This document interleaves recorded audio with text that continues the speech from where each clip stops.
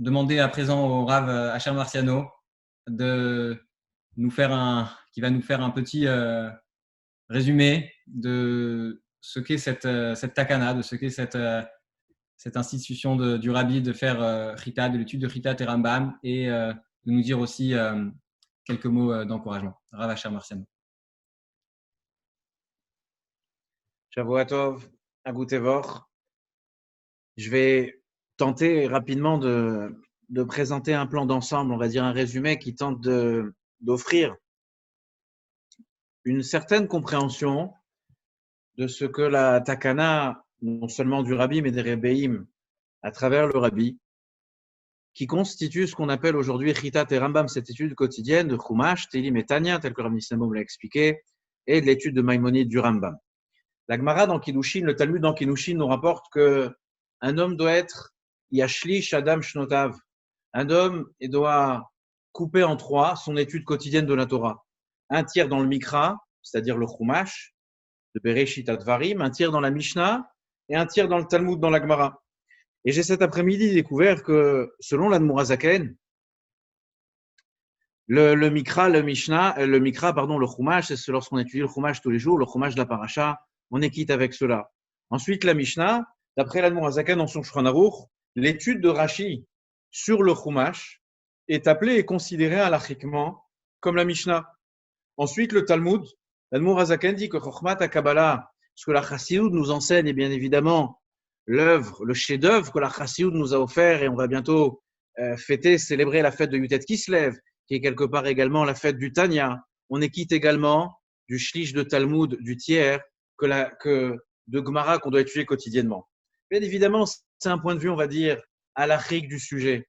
On voit et on découvre petit à petit, on va essayer ce soir d'en parler, de découvrir un petit peu quelle a été la kavana, quelle a été l'intention, le sens que nos maîtres, d'abord le plus proche de nous, le Rabbi, ensuite son prédécesseur, le Rabbi Rayatz, et leurs prédécesseurs, jusqu'en remontant à l'Admor HaZaken, le Baal Shem Tov, qu'est-ce qu'ils ont désiré qu'est-ce qu'ils attendent finalement de cette opération, de cette campagne, de nous instaurer chaque jour cette étude quotidienne de Chumash, Teilim, Tanya et du Rambam.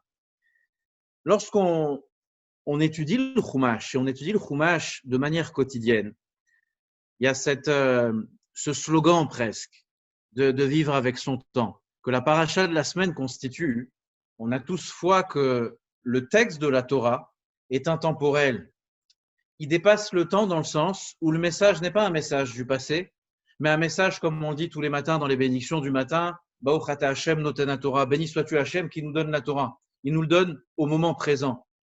Quelque part dans la Torah, le moment où j'ouvre mon livre de Torah, j'ouvre mon Chumash. Aujourd'hui, on a étudié la dernière portion, le Shevi, la 7e portion de la paracha de Vayetse. Demain, on va commencer Vayishlach, le début d'une nouvelle paracha. Je dois comprendre, quelque part accepter, que le message que je suis en train de lire, l'histoire des Avot, Yaakov, de ses femmes, de ses enfants, de leur pérégrination, parle de ma vie, de mon quotidien, des vicissitudes de ma propre vie, des solutions que la Torah a apportées à cela, du message, c'est-à-dire que l'histoire, la mitzvah que je suis en train de découvrir, peu importe la paracha, même lorsqu'on va quitter Bereshit, on va passer dans Shemot, dans la sortie d'Égypte, on va passer dans Vaikra, dans Bamidbar, dans Dvarim, les enseignements, et comme on le voit, sikha après sikha, comme on le voit à travers toute l'œuvre du Rabbi, où finalement, même les études les plus profondes qui sont attachées à la paracha, les plus complexes, elles vont venir se traduire dans une révolution psychologique et émotionnelle de notre état d'esprit et de notre vie.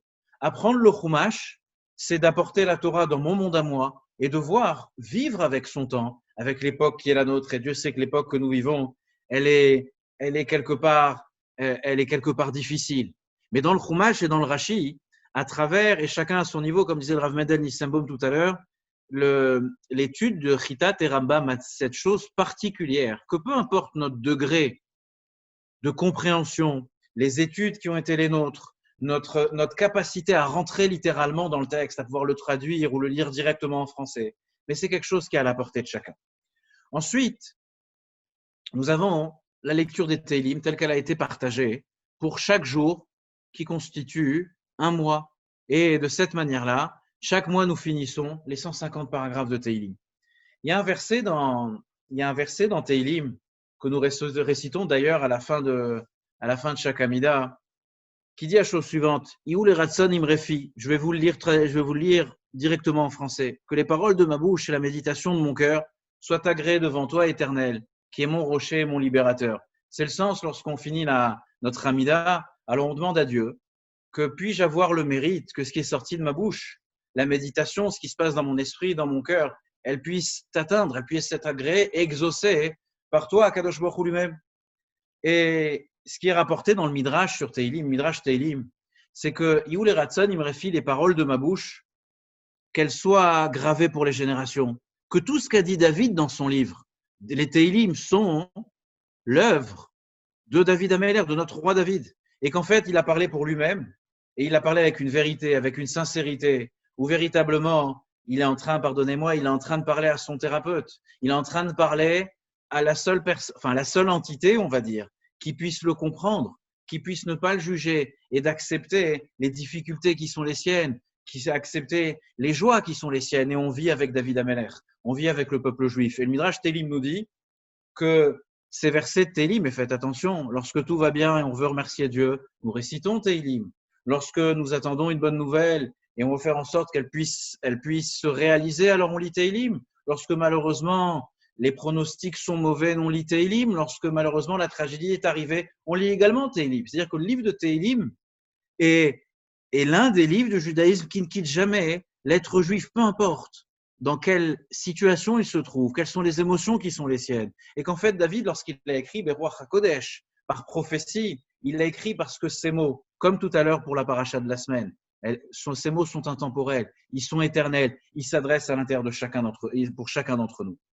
Le Midrash continue et dit que celui qui récite Teilim, juste le fait de réciter, car les Teilim font partie de ce qui s'appelle Torah Shebirtav, la Torah écrite. Ces Teilim-là ont la valeur de celui qui étudie les traités de Mishnah, Negaim et Olot, qui traitent des lois de pureté et d'impureté qui sont parmi les plus complexes et qui, la Kabbalah nous dit, apportent réparation même aux pires choses que nous pouvons vivre dans la vie. Et le Baal Shem Tov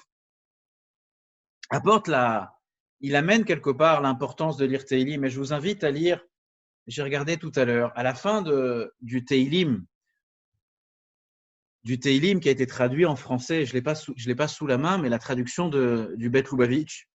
À la fin, il y a toutes les lettres du rabbi précédent, de Rabbi Yosef Yitzhak, avec beaucoup d'histoire, avec l'importance dans la Chassidut, dans la Kabbalah, dans le Midrash, dans la Halacha, de lire ces Teilim. Et j'invite chacun et chacune de prendre le temps ce soir, pas de lire Teilim, mais de lire ce qui accompagne le livre des Teilim.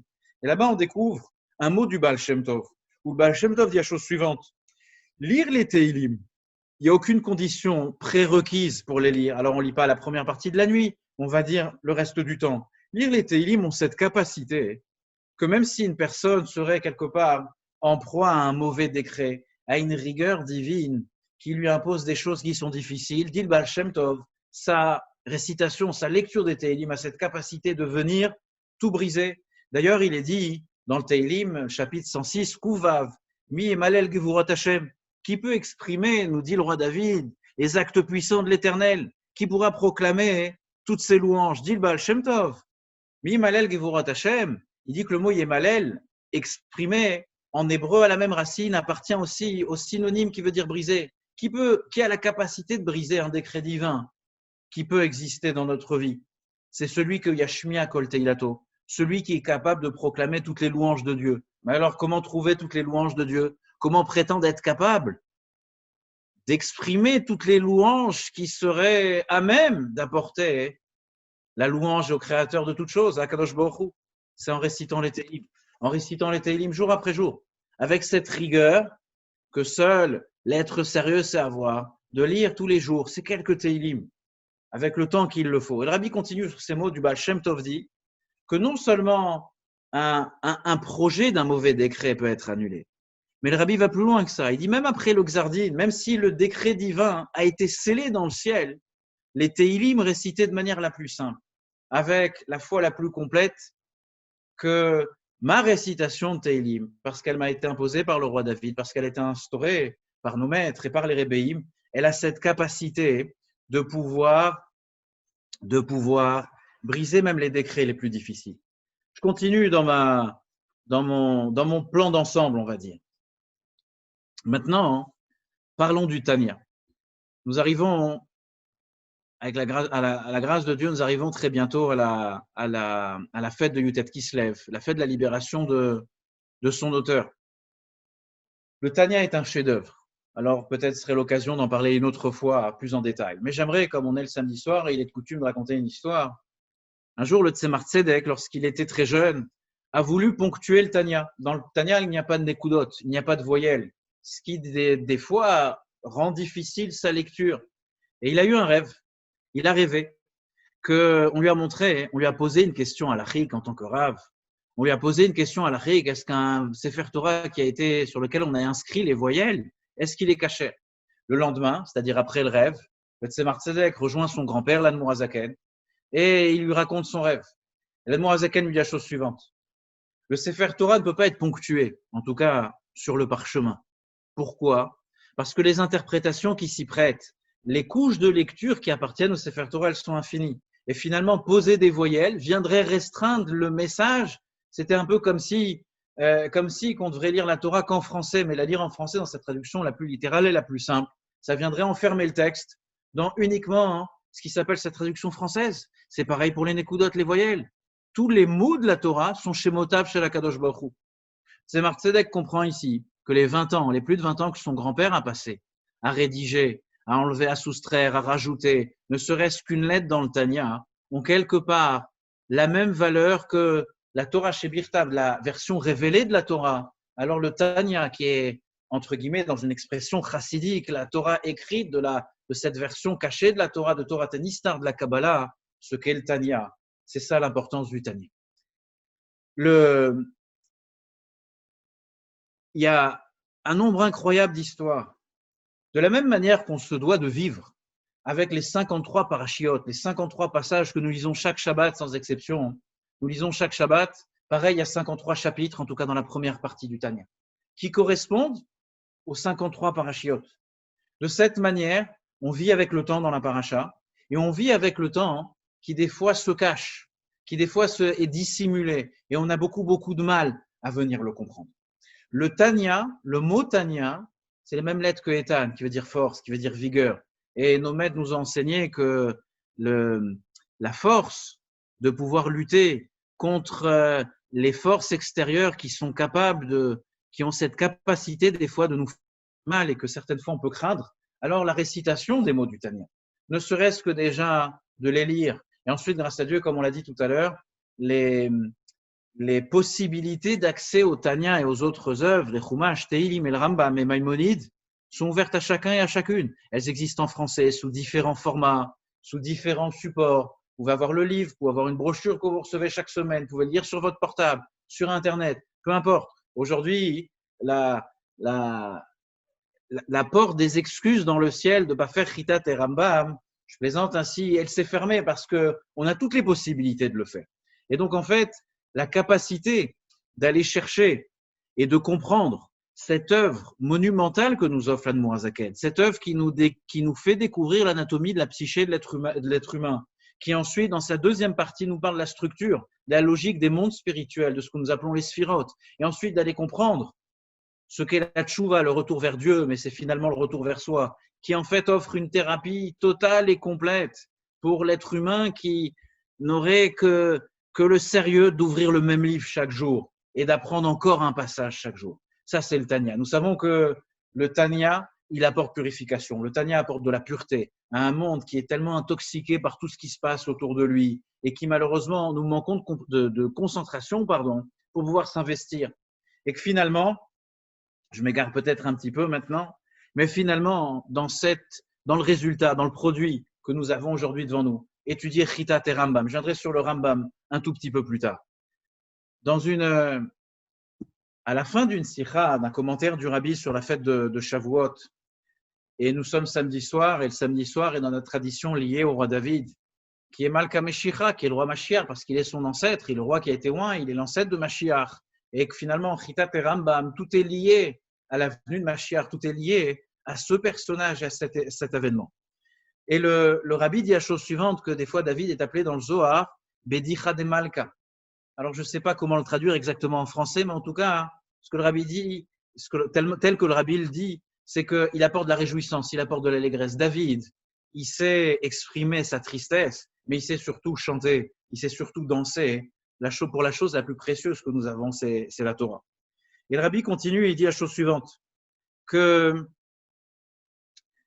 il rapporte que le rabbi Rayatz avait raconté des années auparavant qu'on avait montré à l'un des Rebbeim, si je ne me trompe pas, au Tzemar Tzedek, au petit-fils de l'Admour HaZaken.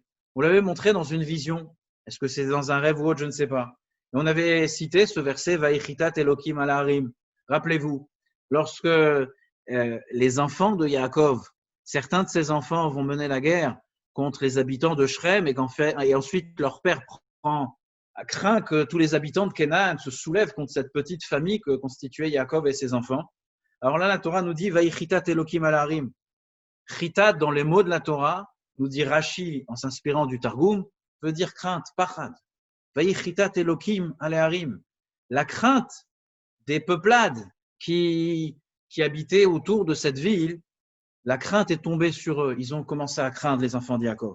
Et dans la suite de la paracha, lorsqu'on continue de la paracha, ce qu'on voit, c'est qu'en fait, peut-être qu'on le dira un peu plus tard, c'est qu'en fait, les Bnei Israël, enfin les enfants d'Israël, littéralement, les enfants d'Israël sont à même de pouvoir continuer leur voyage. C'est-à-dire que l'outil, que le maître de notre génération, et entendez bien, hein, lorsqu'on parle du Nassib et Israël, on parle du maître, ça veut dire quoi? Quel est le sens de cette phrase? Le maître est celui qui connaît les besoins de son peuple, de sa communauté. Un pédagogue, un enseignant dans une classe, un rabbin dans une synagogue, un rabbin dans une synagogue, un père de famille, des fois même un chef d'entreprise. C'est celui qui connaît les besoins, qui comprend les attentes et qui sait mener à bien sa communauté vers un avenir qui va être bien meilleur. Lorsqu'on parle du Nassi, lorsqu'on parle du Rabbi, et l'on parle de ses prédécesseurs, ils savent exactement la thérapie, le médicament, la voie du rétablissement pour nous mener à rien d'autre que la vue de Mashiach. Et le sujet, comme on l'a dit tout à l'heure, le sujet qui revient et qui a peut-être l'un des sujets dans la littérature, dans les œuvres du Rabbi, qui dans les index trouve le plus de références, c'est Chumash Teilim Tanya et le Rambam, l'étude du Rambam. À chacun, à celui qui demande au Rabbi, je l'ai vu tout à l'heure, déjà dans les premières années en 1952, 1953, lorsque vraisemblablement quelqu'un demande au Rabbi une bracha, une bénédiction pour retrouver une santé qui soit pleine et entière, et on souhaite à chacun et à chacune qui en a besoin de retrouver la même voie. Le Rabbi dit très clairement qu'il faut écouter l'avis des médecins, car Dieu donne aux médecins la capacité d'apporter la réfoua, la guérison. Et ensuite, le Rabbi dit que d'après moi, les fidaati, d'après moi, il va falloir être plus strict dans votre étude des 3 shiurim, des 3 études quotidiennes qui sont valables pour chacun et chacune sans différence. Teilim, Chumash avec le Rashi, Teilim et le Tanya. Et peu importe quoi, que ce soit pour Oram Hazal, que ce soit pour un sujet de Parnassa, que ce soit pour un sujet de réussite, simplement, le maître de notre génération nous envoie cette capacité d'aller apprendre avec consistance tous les jours, Chumash, Teilim et Tanya. Dans une autre sikha, et si je suis peut-être un peu long, alors on me fera signe, j'en doute pas.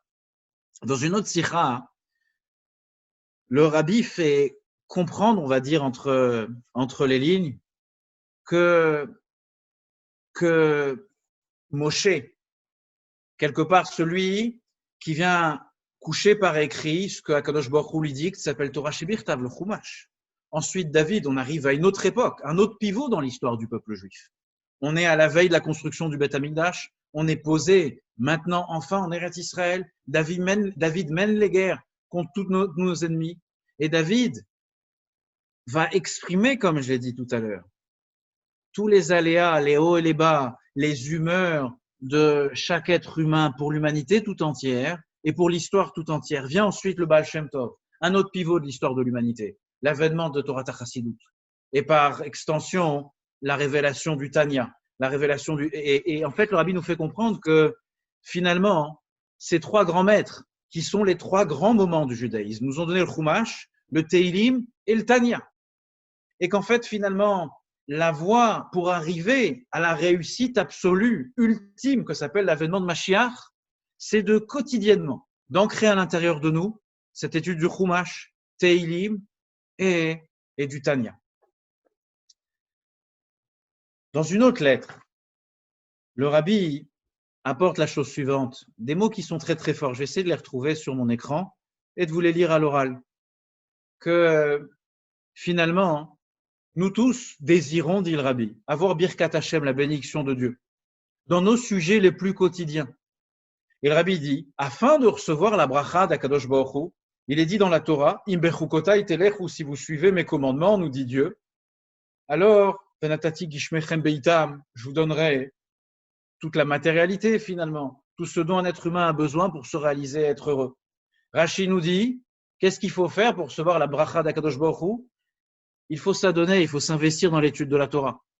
Alors le Rabbi continue, il dit, en citant ce passage, que peu importe là où chacun d'entre nous se trouve, on n'est pas tous au même niveau dans notre éducation, dans nos connaissances, dans notre aptitude à pouvoir ouvrir tous les livres de Torah. Mais finalement, chacun d'entre nous désire avoir une bracha, une bénédiction de Dieu qui soit entière, qui soit complète. Alors, quel est le minimum syndical dans lequel chacun d'entre nous doit rentrer pour pouvoir prétendre à cette bracha?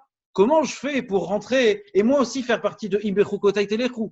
Moi, je n'ai pas étudié peut-être à la yeshiva, j'ai peut-être pas le temps aujourd'hui dans ma journée de faire plusieurs heures d'études de la Torah. Comment, dans un concentré, je peux espérer tout avoir?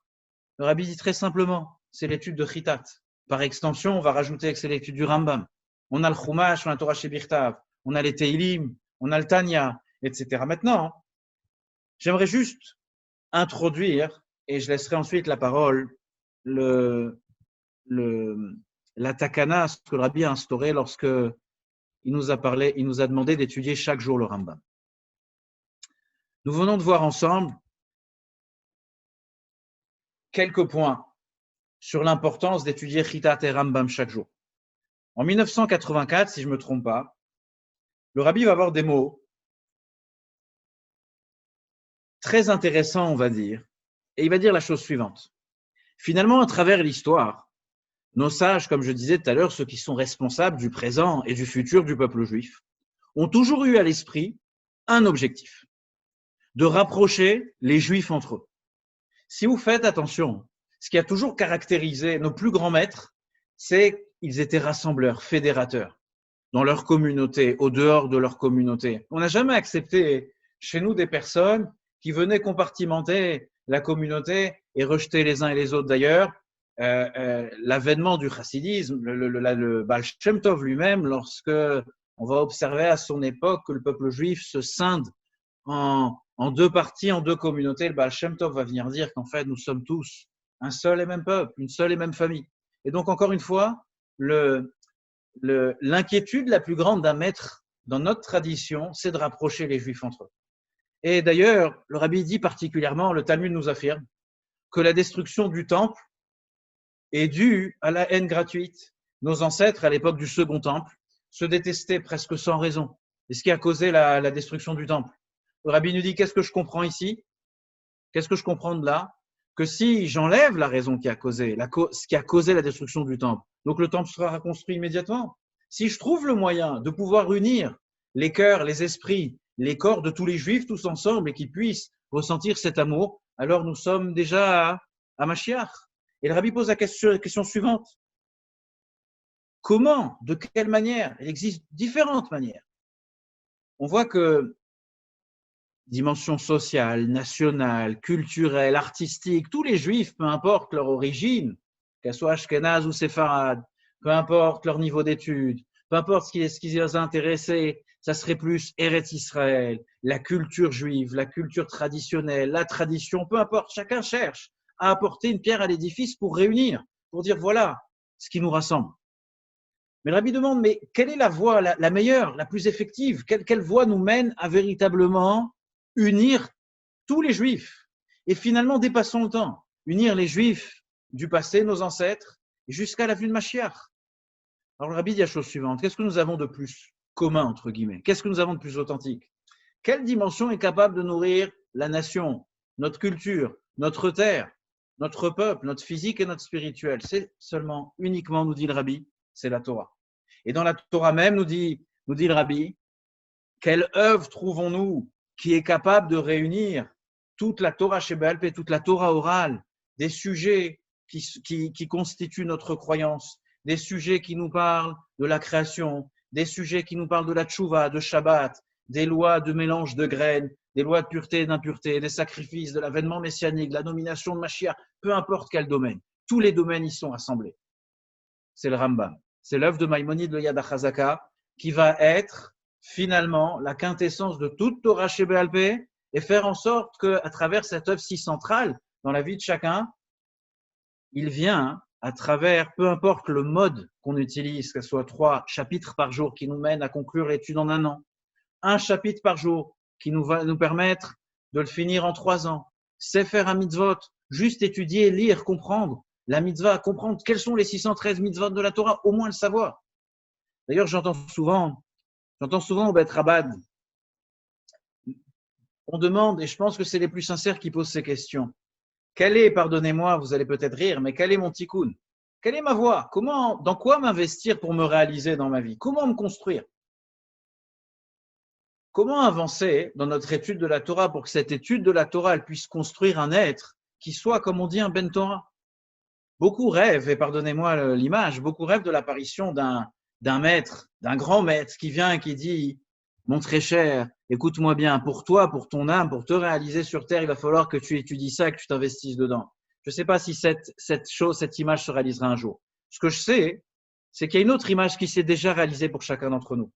C'est que le Rabbi nous a révélé cela pour construire son étude de la Torah à une personne qui est loin des connaissances de Torah. Connaître le Chumash, connaître l'histoire du Chumash, connaître les Rashi. Ensuite, avancer de niveau, être capable de lire n'importe quel passouk de la Torah, n'importe quel Rashi, savoir tous les sujets, savoir le traduire, connaître le texte.